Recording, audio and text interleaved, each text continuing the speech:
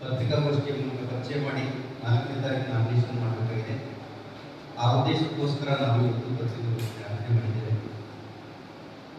ಮೈಸೂರು ಭೀಮಪುತ್ರಿ ರೇವತಿ ರಾಜ್ ಅನ್ನುವಂಥ ಸಹೋದರಿಯನ್ನು ನಾವು ಇವತ್ತು ಸಂವಿಧಾನದ 4ನೇ ಅಂಗವಾಗಿ ನಮ್ಮ ಪತ್ರಿಕಾ ಮಾಧ್ಯಮ ಸಹೋದರರಿಗೆ ನಿಮ್ಮ ಈ ಕಾರ್ಯಕ್ರಮಕ್ಕೆ ಬಂದು ನಮಗೆ ಒಂದು ಸಪೋರ್ಟ್, ಯಾಕಂದರೆ ಬಹಳಷ್ಟು ಜಿಲ್ಲೆಗಳಲ್ಲಿ ನಾವು ರೆಗ್ಯುಲರ್ ಆಗಿ ಓಡಾಡುವಂಥದ್ದು ಬಹುಜನ ಸಮಾಜ್ ಪಾರ್ಟಿ ಕಾರ್ಯಕ್ರಮಗಳನ್ನು ಹೇಳುವಾಗ ಬಹಳಷ್ಟು ಫೋಕಸ್ ಕೊಡೋದು ಬಹಳ ಕಡಿಮೆ.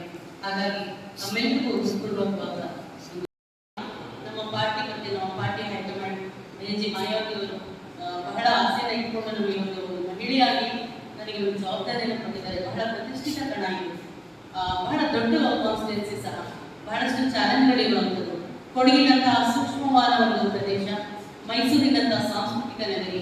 ಈ ಎರಡನ್ನೂ ಕಂಬೈನ್ ಆಗಿ ಒಂದು ಮಹಿಳೆಯಾಗಿ ಒಂದು ಲೋಕಸಭಾ ಕ್ಷೇತ್ರಕ್ಕೆ ಅಭ್ಯರ್ಥಿಯಾಗಿ ಬಹಳ ಕಡಿಮೆ ಸಮಯದಲ್ಲಿ ನಾನು ಇವತ್ತು ಬಂದು ನಿಮ್ಮ ಮುಂದೆ ಪತ್ರಿಕಾಗೋಷ್ಠಿಯಲ್ಲಿ ಇಟ್ಕೊಂಡಿದ್ದೀನಿ ಅನ್ನುವಾಗ ನೂರಾರು ಪ್ರಶ್ನೆಗಳು ಇರ್ತಾರೆ ಅನ್ನೋದು ಸಹ ಹೇಳ್ಬೋದು. ಮೊದಲಿಗೆ ಕ್ಲಾರಿಟಿ ಕೊಟ್ಬಿಡ್ತೀನಿ. ಏನು ನಾನು ನಮ್ಮ ಅಧ್ಯಕ್ಷರು, ಮೈಸೂರು ಜಿಲ್ಲಾಧ್ಯಕ್ಷರು ಒಂದು ಪರಿಚಯವನ್ನು ಮಾಡಿಬಿಟ್ರು. ಹಾಗೆ ಬಹಳಷ್ಟು ವರ್ಷಗಳಿಂದ ನಾನು ಮೂಲ ಮೈಸೂರು ಅಂದರೆ ಒಂದು ಮೈಸೂರಾಗಿದೆ, ಈಗ ಚಾಮರಾಜನಗರ ಜಿಲ್ಲೆಯಾಗಿದೆ. ಆದರೂ ಸಹ ಮೈಸೂರಿಗಳು ಅಂತ ಹೇಳಿ ಬಹಳ ಖುಷಿ ಆಗುತ್ತೆ ನನಗೆ. ಮೊದಲಿಂದನೂ ಹಾಗೆ ಹೇಳ್ಕೊಂಡು ಬಂದಂಥವ್ರು. ಸೊ ಈ ಗುಂಡ್ಲುಪೇಟೆಯ ಒಂದು ನಿವಾಸಿ ನಾನು. ಈಗ ಪ್ರೆಸೆಂಟ್ ಸೆಟ್ಲ್ ಆಗಿರೋದು ಬ್ಯಾಂಗ್ಳೂರಲ್ಲಿ. ಬಹಳಷ್ಟು ವರ್ಷಗಳಿಂದ ಒಂದು ಹೋರಾಟದ ಮುಚ್ಚುಟಿನಲ್ಲಿ ಕೆಲಸ ಮಾಡಿದ್ದೀವಿ.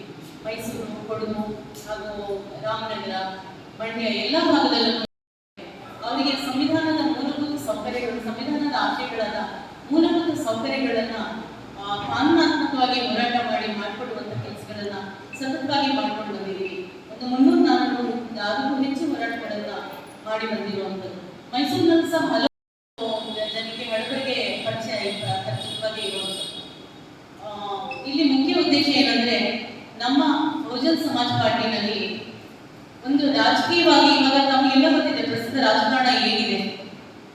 ಇಲ್ಲ ಒಂದು ರಾಜಕೀಯ ಬೆಂಬಲ ಇರಬೇಕು, ಇಲ್ಲ ಒಂದು ಪೊಲಿಟಿಕಲ್ ಫ್ಯಾಮಿಲಿ ಆಗಿರಬೇಕು, ಇಲ್ಲ ಅಂತ ಹೇಳಿದ್ರೆ ಒಂದು ಹಣಬಲ ಇರಬೇಕು, ಇಲ್ಲ ಯಾವುದಾದ್ರೂ ಒಂದು ಪ್ರಭಾವಿಗಳ ಒಂದು ಸಪೋರ್ಟ್ ಇರಬೇಕು. ಅವರ ಒಂದು ಏನು ಬೆನ್ನೆಲುಬಾಗಿ ನಿಲ್ಲಲಿಕ್ಕೆ ಒಂದು ಸ್ಟ್ರಾಂಗ್ ಶಕ್ತಿ ಕಾಣಬೇಕು ಅಂತ ಸ್ಮರಿಸಿದ ಎಲ್ಲ ನಮ್ಮ ಹಿರಿಯರು, ದಾರ್ಶನಿಕರು, ಸಮಾಜ ಚಿಕಿತ್ಸಕರು, ಸಾವಿರಾರು ವರ್ಷಗಳಿಂದ ಶೋಷಣೆಗೊಳಗಾಗಿದ್ದ ಸಮಾಜವನ್ನ ಪುನಃ ಮೇಲೆತ್ತಲಿಕ್ಕೆ ಕಾರಣರಾದ ಎಲ್ಲ ಪೂರ್ವಜರು, ಎಲ್ಲ ಸಮುದಾಯದ ಪೂರ್ವಜರಿಗೆ ವಹಿಸುತ್ತಾ ಮುಖ್ಯವಾಗಿ ಬಹಳ ಪ್ರತಿಷ್ಠಿತ ಪ್ರಭಾವಿ ಅಭ್ಯರ್ಥಿಗಳನ್ನ ಹಾಕಿರುವಂಥದ್ದು.